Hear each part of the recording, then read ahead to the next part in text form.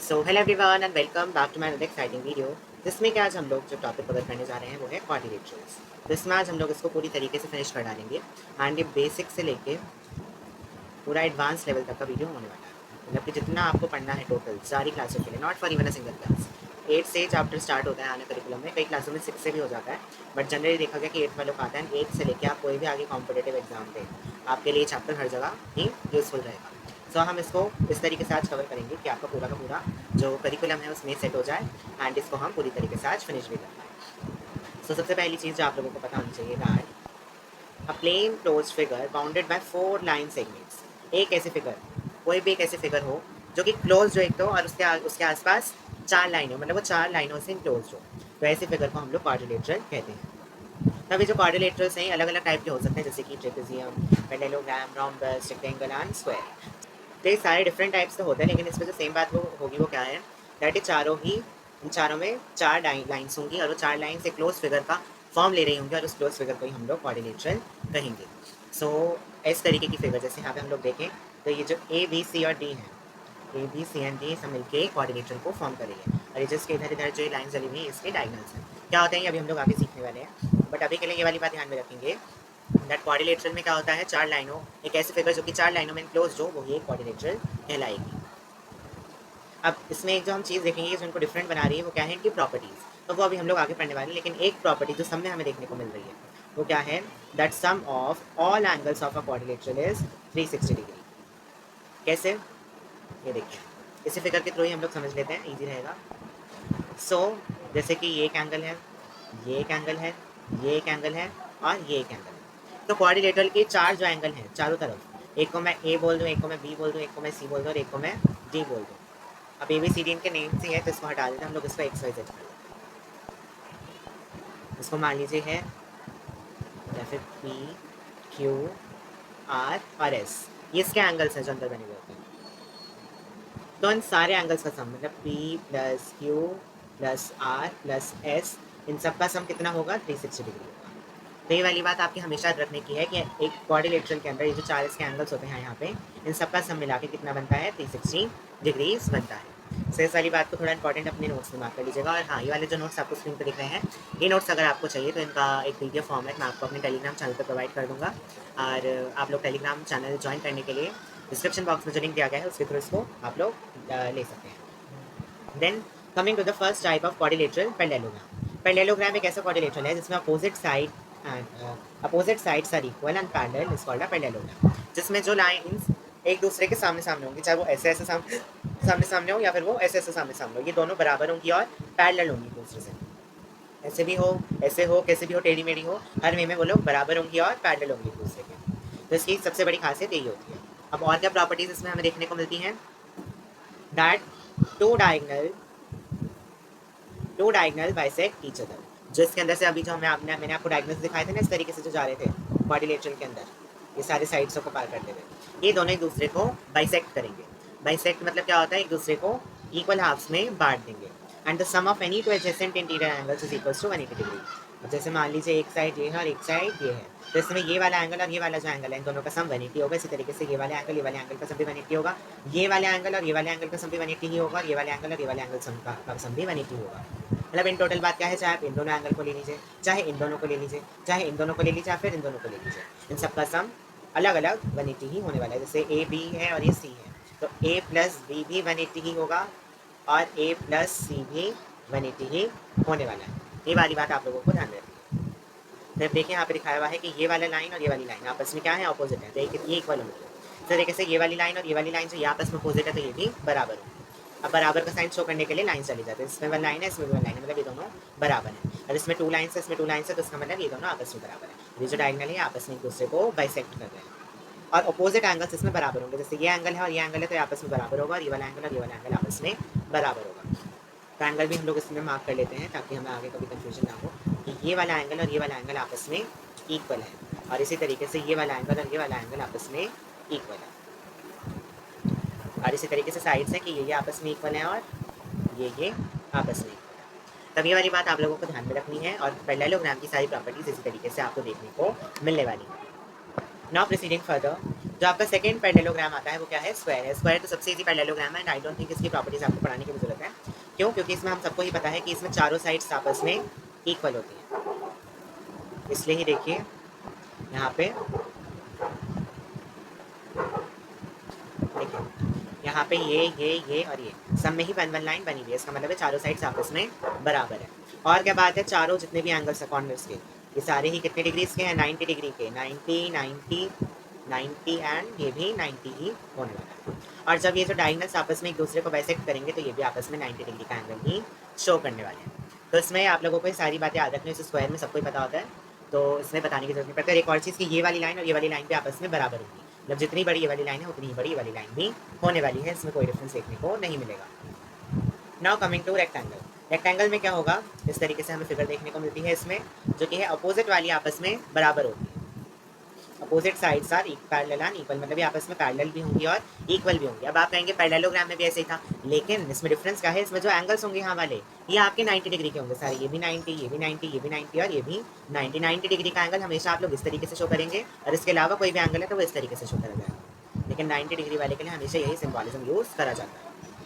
तो इसमें और पैरेललोग्राम में ये डिफरेंस है कि इसमें सारे एंगल्स 90 डिग्री के हैं, और उसमें पैरेललोग्राम में एंगल्स कितने भी डिग्री के हो सकते हैं, उसमें ज़रूरी नहीं है कि 90 डिग्री का ही हो, इसलिए कुछ भी हो सकता है इसमें। लेकिन ध्यान रखने वाली बात है, आपस में अपोजिट वाले बराबर होंगे, लेकिन उसमें जो रेक्टेंगल है उसमें सारे बराबर हैं, क्योंकि सभी 90 डिग्री के हैं। और इसकी और प्रॉपर्टीज़ क्या है, दैट अगेन यहाँ पे जो डायगोनल्स है वो बराबर है, ये डायगोनल भी बराबर है और ये डायगोनल भी बराबर ही है, और एक दूसरे को बाइसेक्ट कर रहे हैं। आगे बढ़ते हैं हम लोग the fourth type of parallelogram, sorry quadrilateral जो आपको देखना है, दैट इज रोम्बस। रोम्बस में क्या होता है, इसमें सारी साइड्स जो है वो इक्वल होती हैं, तो सारी साइड्स जहाँ भी इक्वल है वो एक रोम्बस कहलाता है। लेकिन अब आप बोलेंगे स्क्वायर में भी ऐसा ही होता है, स्क्वायर में भी हमें यही देखने को मिलता है that all sides are equal. तो इसमें डिफरेंस क्या होगा, इसमें डिफरेंस ये है कि इसके जो ये एंगल्स हैं ये 90 डिग्री के नहीं है, लेकिन स्क्वायर में क्या होगा, स्क्वायर में all angles are of 90 degrees, लेकिन यहाँ पे 90 डिग्री नहीं है, यहाँ पे कितना भी हो सकता है यहाँ। लेकिन है इसमें क्या होगा कि जो डायगोनल्स एक दूसरे को बाइसेक्ट कर रहे हैं वो 90 डिग्री पे करेंगे। यहाँ पे 90 डिग्रीज हमें देखने को मिल जाएगा, लेकिन यहाँ पे 90 डिग्रीज देखने को नहीं मिलेगा। सो डायगोनल्स आर नॉट इक्वल, यहाँ पे डायगोनल्स बराबर नहीं होने वाले, लेकिन स्क्वायर में डायगोनल्स बराबर थे। अब जितना भी sum of square of sides is equal to sum of the square of diagonal. क्या मतलब हुआ, इसकी जितनी भी ये जो साइड्स हैं ए बी का स्क्वायर, मान लीजिए ये एक्स है, चलिए एक्स भी नहीं हम ले रहे हैं, हम इसकी कुछ वैल्यू लेते हैं, मान लीजिए 2 सेंटीमीटर के है या 2 मीटर के है, तो ये है 2 मीटर की, तो इसका जो साइड है ए बी इसका स्क्वायर मतलब कि 2 का स्क्वायर, प्लस बी सी हम मान लेते हैं 3 मीटर की, तो इसका हो गया 3 का स्क्वायर, प्लस सी डी मान लेते हैं हम लोग हैं 4 की, तो 4 का स्क्वायर, प्लस डी को मान लीजिए है 5 मीटर, 5 का स्क्वायर। अभी जितनी भी साइड्स हैं इन सबका स्क्वायर बराबर होगा किसके, डायगोनल्स के लेंथ के। ये जो ए सी जो डायगोनल जा रही है, मान लीजिए ये है आपकी 10 मीटर की, तो उसका सम बराबर हो जाएगा 10 के स्क्वायर के, प्लस जो एक डी भी जा रही है, मान लीजिए यह है आपकी 5 मीटर की, मान लीजिए तो ये आपकी 5 मीटर की, तो ये आपका बराबर वैल्यूज जो कि देखने को मिलेगा। मैंने यहाँ पे कैलकुलेट नहीं करा तो ये वैल्यूज डिफर कर सकते हैं, मगर जब आपको क्वेश्चन दिया जाएगा तो उसमें वैल्यू ऐसी होंगी कि इधर का जितना भी स्क्वायर है साइड्स होगा, साइड्स का जितना भी स्क्वायर है, साइड्स का जितना भी साइडों की लेंथ का जो स्क्वायर है वो बराबर हो जाएगा इसके और इसके। तो ये वाला फॉर्मूला आप लोग याद कर लीजिएगा, थोड़ा इंपॉर्टेंट फॉर्मूला, इसको स्टार मार्क कर लीजिए। देखिए नोट्स इसी तरीके से आपको देखने को भी मिलने वाले हैं, ताकि आप लोग इसको इजीली समझ पाए एंड इजीली सॉल्व भी हो जाए। Now next quadrilateral is trapezium. Trapezium में क्या होता है, जो 2 अपोजिट साइड्स हैं वो पैरेलल होती हैं और 2 opposite sides are not parallel. क्या मतलब हुआ कि जैसे ये क्वाड्रिलेटरल है, तो इसमें ये वाली साइड और ये वाली साइड तो पैरेलल होगी, लेकिन ये वाली और ये वाली पैरेलल नहीं होगी। जैसे कि ये और ये तो पैरेलल है आपस में, लेकिन ये और ये पैरेलल नहीं है, मतलब ये किसी भी शेप में हो सकते हैं, ऐसे ऐसे कैसे भी वो आपको दे सकते हैं। तो इस वजह से इसमें जो 2 साइड है वो तो पैरेलल देखने को मिल रहे हैं, लेकिन और 2 नहीं मिल रही हैं। अब हम इसकी प्रॉपर्टीज़ भी देख लेते हैं। That diagonals intersect each other in the ratio of lengths of parallel sides. इसका मतलब क्या है कि इनका जो डायगोनल्स का जो इंटरसेक्शन का जो पॉइंट रहने वाला है वो रेशियो होगा किसके, उस लेंथ के बराबर के जो कि इसकी पैरेलल साइड्स के हैं। जिससे हम लोग क्वेश्चन करेंगे तो उसमें चीज़ आपको देखने को मिलेगी, इसलिए इस वाली चीज़ को ध्यान में रखिएगा कि इसका जो डायगोनल का इंटरसेक्शन जो हो रहा है वो उस रेशियो का होगा जो कि इसकी पैरेलल साइड्स की जो लेंथ है उसके ही कहीं ना कहीं हमें देखने को मिलने वाला है। तो तो इसी के साथ जो कि है आपके सारे के सारे टाइप्स ऑफ क्वाड्रिलेटरल्स फिनिश हो जाते हैं। अब हम लोग करने वाले हैं इस पे बेस्ड क्वेश्चन, जिसमें हम लोग ऑल टाइप्स ऑफ क्वेश्चंस को लेंगे एंड देन इसको सॉल्व करके देखेंगे। So there is a good news that we have the options over here. तो ऑप्शंस की वजह से क्या होगा कि आई कैन चेक दैट आपको कितना आ पाया है। So first of all I would like all of you कि आप लोग एक बार ज़रा इसको खुद से सॉल्व करके देखें and then I must go with the answers for you. And this is to tell you अभी ये जो पार्ट है it is not finished, so we have some other things also.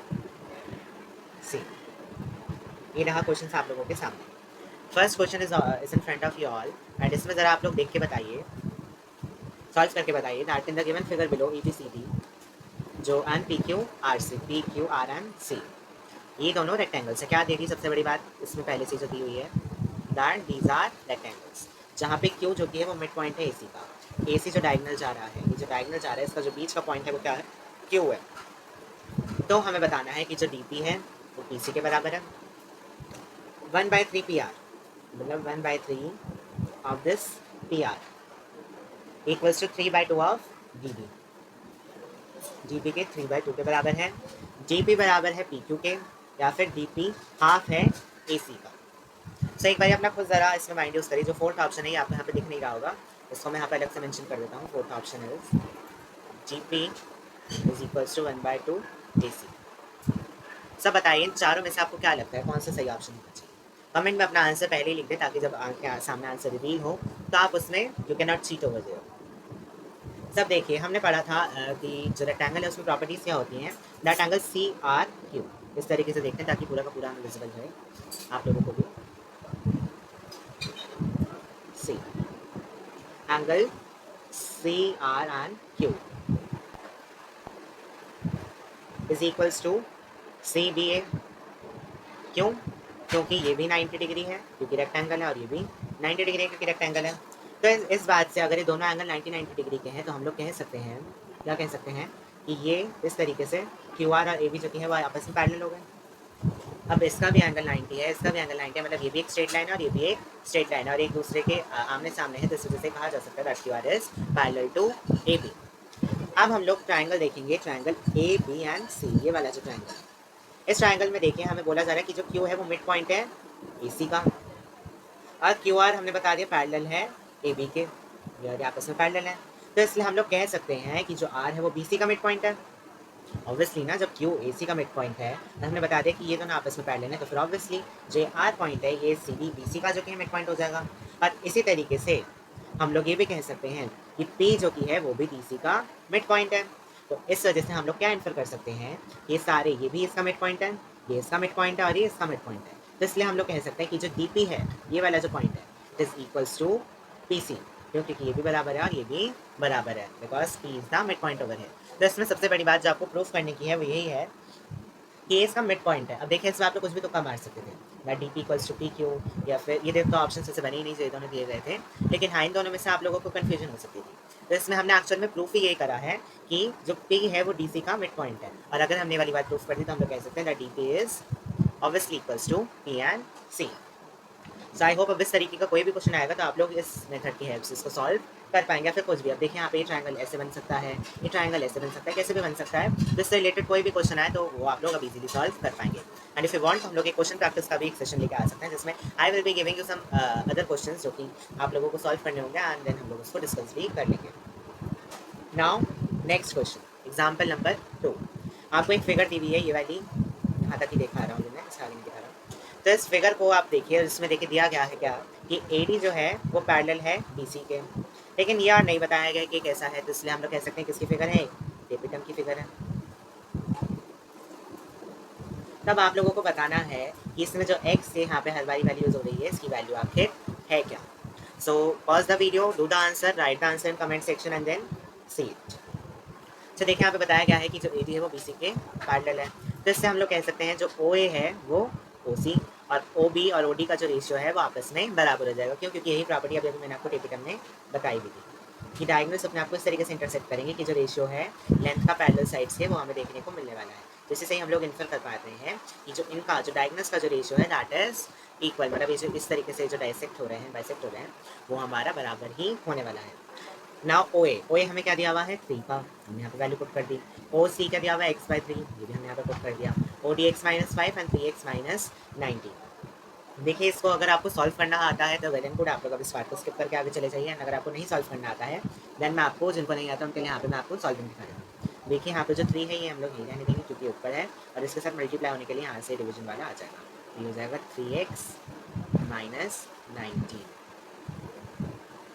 अभी इक्वल्स टू हो जाएगा, ये x माइनस 5 ऐसे ही रहने देंगे और इसको हम लोग मल्टीप्लाई कर देंगे x बाय x माइनस 3 के साथ। तब देखिए कुछ इस तरीके से हमें फिगर देखने को मिल रही है। मल्टीप्लाई कर दीजिए, ब्रैकेट्स को ओपन करिए, यहाँ पे आ जाएगा 9x माइनस 57।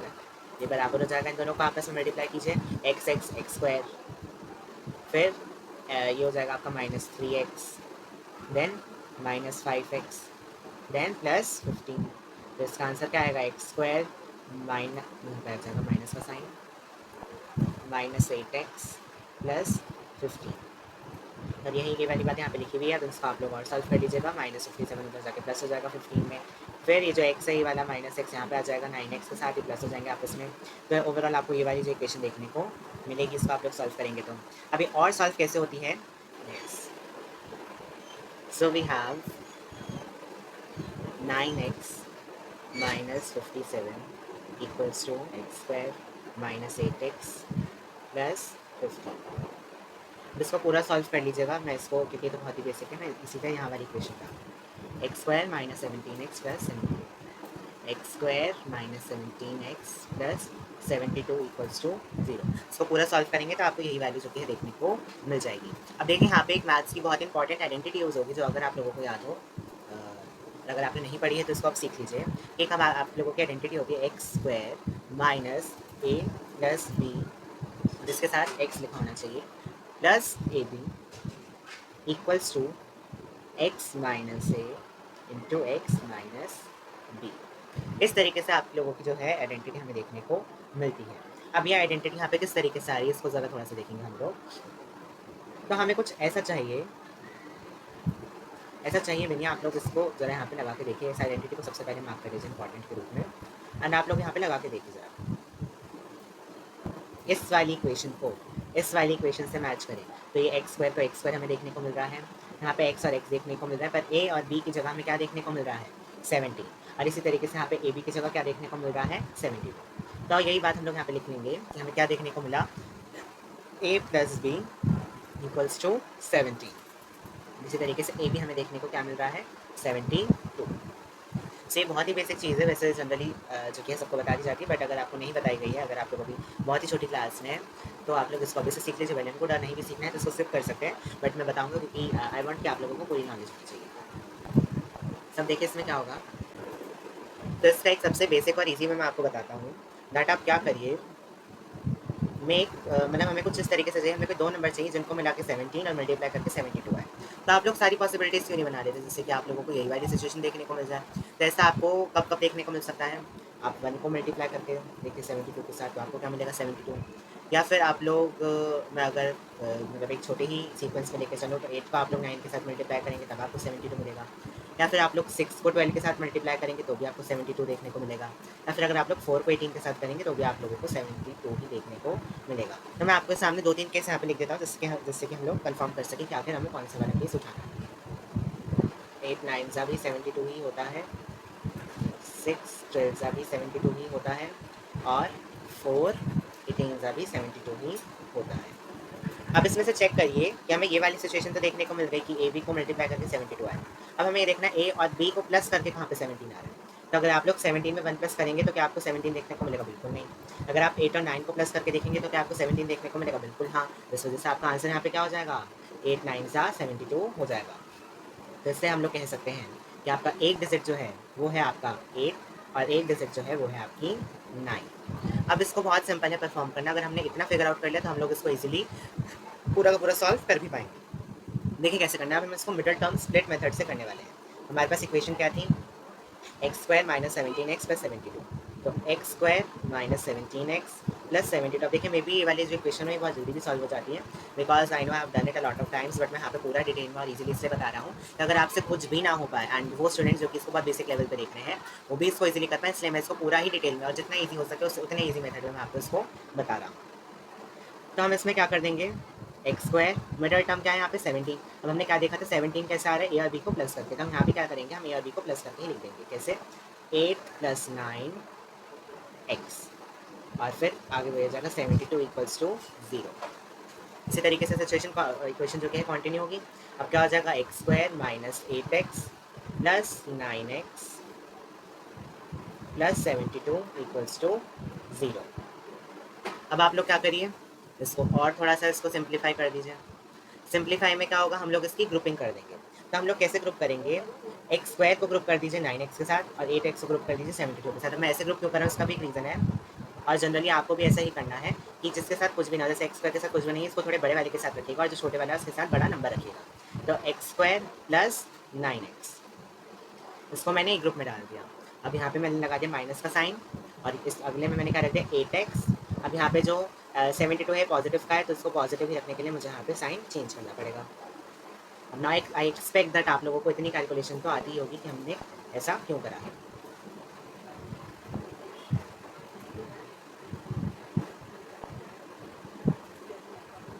नाउ अब इसमें से कॉमन लीजिए, ब्रैकेट में से क्या कॉमन निकल सकता है, एक्स कॉमन निकल सकता है।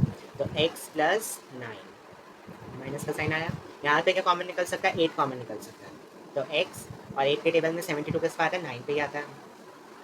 तभी इस तरीके से हमें इक्वेशन देखने को मिल गई। अब जो अंदर जो ब्रैकेट में बचे तो सेम है, x + 9 और x - 9। इसमें आप लोग क्या करिए, सॉरी प्लस का नहीं होगा, 9 भी तो आपका माइनस का ही होगा, क्योंकि माइनस माइनस ही माइनस होता है। यहाँ पर हमारे से थोड़ी सी मिस्टेक हो गई है, माइनस, यहाँ भी ये रहेगा माइनस का। इसको हम लोग करेक्ट कर लेते हैं ताकि हमारा आगे जो है क्वेश्चन रॉन्ग ना हो and we may do it right.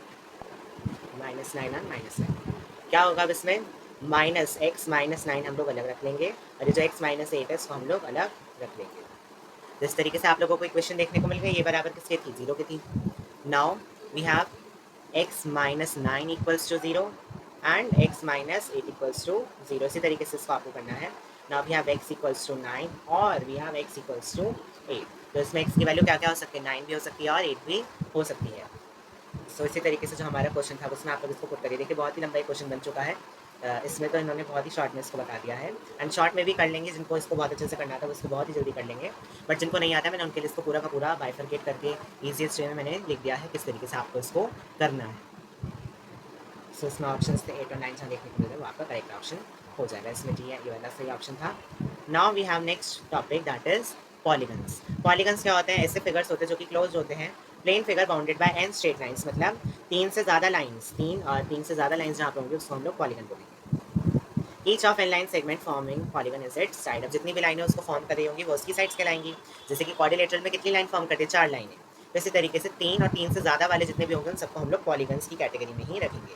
Polygon triangle भी हो सकता है, क्वाड्रिलेटरल भी हो सकता है, पेंटागन भी हो सकता है और उसके आगे भी हो सकते हैं। तो इनको हम लोग इस तरीके से क्लासीफाई भी करते हैं। देख लीजिए, 3 साइड्स जिसकी होंगी वो क्या कहलाएगा, ट्रायंगल। 4 साइड्स जिसकी होंगी वो क्या कहलाएगा, क्वाड्रिलेटरल। 5 साइड्स जिसकी हमें देखने को मिलेगी वो क्या कहलाएगा, पेंटागन। 6 साइड्स जिसकी होंगी वो क्या कहलाएगा, हेक्सागन। इसी तरीके से हेप्टागन, ऑक्टागन, नॉनागन है, डेकागन, इसकी साइड्स बढ़ती चली जाएंगी। अब हम लोग बात करते हैं रेगुलर पॉलीगन की। ऐसा पॉलीगन जो कि रेगुलर पॉलीगन है उसमें सारी साइड्स जो कि वो बराबर होती है और सारे एंगल्स भी बराबर होते हैं। जैसे कि मैंने कहा ये हेक्सागन है, यहाँ पर मैं थोड़ा इसको बड़ा करके बना लेता हूँ। सी, इफ़ आई से कि ये एक हेक्सागन है, ये पूरा अच्छे से बनता है, वैसे हम भी थोड़ा अच्छे से बना ही लेते हैं जब हम बना रहे हैं। तो using the taking the help of scale, straight line,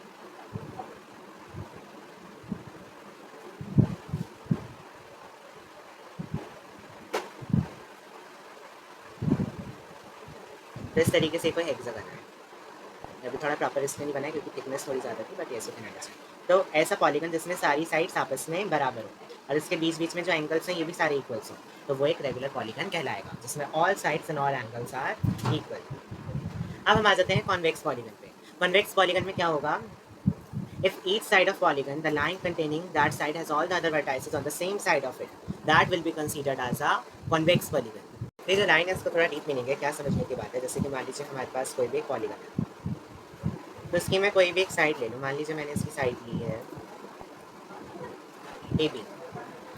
A B side मैंने इसकी ली और मैंने इस ए बी साइड को एक्सटेंड कर दिया, मतलब ये जिस एंगल पर भी है मैंने इसको खींच के थोड़ा सा और बड़ा कर दिया। देखिए जो ए बी इसकी साइड थी मैंने इसको और इलेबोरेट कर दिया, मतलब मैंने इसको स्ट्रेच कर दिया जितनी इसकी लिमिट थी। स्ट्रेच करने के बाद आपको ये देखना है कि जिसकी बाकी वर्टाइसेस हैं, ये वर्टाइस या कोई भी और वर्टाइस हो, वो इस लाइन के एक ही साइड होनी चाहिए, इस साइड कुछ भी नहीं होना चाहिए। अगर ये सब एक ही साइड पे है इसका मतलब ये कॉन्वेक्स पॉलीगन है। और अगर इस साइड में मतलब कुछ हमें यहाँ पे देखने को मिले, कुछ इधर देखने को मिले, तो वो एक कॉन्केव पॉलीगन हो जाता है। तो none of is interior angle is more than 180 degree, ये बात भी ध्यान में रखने की है। इसका इंटीरियर जो एंगल है, ये वाला एंगल, ये वाला एंगल, ये वाला एंगल, ये वाला एंगल, इसमें से कोई भी एंगल 180 डिग्री से ज़्यादा का नहीं हो सकता है। तो कॉन्केव पॉलीगन को ज़रा देखिए, इसका जो हमें एग्जाम्पल गिवन है ये देखिए। इसमें मान लीजिए मैंने ये वाली साइड को ले लिया, अब देखिए उसमें भी था, तो उसमें सारी साइड्स में ही हमें ये देखने को मिलेगा आप जब करेंगे तो, कि कोई भी वर्टाइज आपस में एक दूसरे से मिक्स एंड मैच नहीं हो रही है। मान लीजिए मैंने ओ सी ओ ले लिया, ये सी ओ वाली जो साइड है मैंने ये ले ली। अगेन काम हमें वही करना है जो हम लोगों ने पहले करा था, इसको एलैबोरेट कर दीजिए, स्ट्रेच कर दीजिए। इस तरीके से हमने इसको स्ट्रेच करा। अब हमें क्या देखने को मिला कि कुछ इसकी जो वर्टाइसेस हैं वो तो इस तरफ हैं और कुछ वर्टाइसेस इस तरफ भी हैं, तो इसका मतलब ये मिक्सअप है, ये हमारा कॉन्वेक्स पॉलीगन नहीं हो सकता है। तो इसी चीज़ों से हम लोगों को समझना है that whether it is a convex polygon और अ कॉन्केव पॉलीगन भी है। नाउ सम इंपॉर्टेंट रिजल्ट्स जो कि आप लोगों को याद रखने हैं, पता होने चाहिए, जो हमने इन्हीं सारी चीज़ों को पता करके निकाले हैं, कि अगर कोई पॉलीगन है जिसकी एन साइड्स है, मतलब 3 से ज़्यादा साइड्स हैं, तो उसमें क्या होगा, तो उसको हम लोग n-2 ट्राइंगल्स में हम लोग उसको काट सकते हैं जिनकी कॉमन वर्टाइस हो। तो आप लोग करके देख सकते हैं, वैसे ऐसा चीज़ का क्वेश्चन इतना आता नहीं है, बट अगर ये आपका as a chapter, as a main chapter दिया हुआ है, देन आप लोग इसमें एक बार जरूर पढ़ें। And the sum of interior angles of a polygon of side is n-2 into 180 degree और 2n-4 इंटू 90 डिग्री। कोई भी एक फॉर्मूला यूज़ करके आप लोग इसके सम ऑफ इंटीरियर एंगल्स निकाल सकते हैं। Now each exterior angle of a regular polygon of n side is 360 by n degree। अगर हम बाहर का एंगल निकालें किसी भी एक रेगुलर पॉलीगन का जिसके कि सारे एंगल्स बराबर होते हैं, इसके n साइड्स हैं, तो इसका जो एक्सटीरियर एंगल निकलेगा वो क्या निकलेगा, 360 degree by n। Now each interior angle of a regular polygon of n side is, अगर हमें रेगुलर पॉलीगन का इंटीरियर एंगल निकालना चाहे तो उसकी वैल्यू क्या होगी, इतनी होगी, जहाँ पे हमारा n है वो नंबर ऑफ साइड्स है, कि उसकी 6 साइड्स है, 5 साइड्स है, 4 साइड्स है। और इंटीरियर एंगल हम लोग ऐसे भी निकाल सकते हैं, that 180 degree minus exterior angle, क्योंकि एक्सटीरियर एंगल आप लोग इस फॉर्मूला से पहले ही निकाल चुके हैं। Now the sum of all exterior angle formed by reducing the sides of convex polygon in same order is equals to 360 degrees. And number of diagonals of a polygon of n sides equals to this one। अगर हमें ये निकालना है कि कितने diagonals है polygon के अंदर जिसकी 5 या फिर 6 या फिर कितनी भी साइड्स हैं, तो उसको आप लोग इस फॉर्मूले से मतलब की है निकाल सकते हैं, फिर ये वाले फॉर्मूले से भी निकाल सकते हैं। दोनों में से कोई भी फॉर्मूला यूज़ करके इसको निकाल लीजिएगा जो भी आपको याद रह जाए। सो यही था आपका पूरा का पूरा पॉलीगन क्वाड्रिलेटरल शेप से रिलेटेड जितना भी आपको पढ़ना था वो मैंने आपको इस वीडियो में बता दिया है। अभी कुछ क्वेश्चन यहाँ पे दिए हुए हैं जो कि आप लोग एक बार खुद से देख के सॉल्व करिएगा, ट्राई करिएगा कि आप इजीली सॉल्व भी कर पाएँ एंड सोल्यूशन भी एकदम सही से निकले। सोल्यूशन साथ में दिया हुआ है लेकिन सीधा नहीं देखना है, पहले सॉल्व करके फिर ही सोल्यूशन पे जाइएगा। और इसी के साथ ये वीडियो जो कि हम लोग एंड करेंगे। ये देखिए कुछ और आपके जो सॉल्यूशंस हैं वो यहाँ पे क्वेश्चन और दिए हुए हैं, जैसे वो भी एक बार देख लीजिएगा। एंड PDF तो मैं आपको टेलीग्राम पे अवेलेबल करा ही दूँगा, तो उसका आप लोगों को ये नहीं देखना है कि मिलेगा या नहीं, टेलीग्राम पर मिलने वाला है, उससे आप लोग एक बार देख के इसको और समझ लीजिएगा, मैं उसको अपलोड डेफिनेटली करूँगा। सब हम मिलेंगे अपनी नेक्स्ट वीडियो में। Till then goodbye and this is the end, the end लिख देते हैं, the end of this topic। Now we will be meeting in the next video and if you like the video then don't forget to like, share, comment and subscribe the channel। and एक और चीज़ बता दूँ, important चीज़ें इस तरीके से square box में जो कि क्लोज करी हुई है उनको भी एक बार अच्छे से देख लीजिएगा। एंड जो इंपॉर्टेंट पॉइंट्स यहाँ पे आपको दिए गए थे ये भी बहुत ज़्यादा इंपॉर्टेंट है, यहाँ से भी कभी कभार क्वेश्चन आ जाते हैं, नॉट दिस बट ओवरऑल अगर मैं देखूँ तो यहाँ से क्वेश्चन हमें देखने को मिल जाते हैं, इसलिए इसका भी ध्यान रखना है। So will meet in the next video, till then good bye.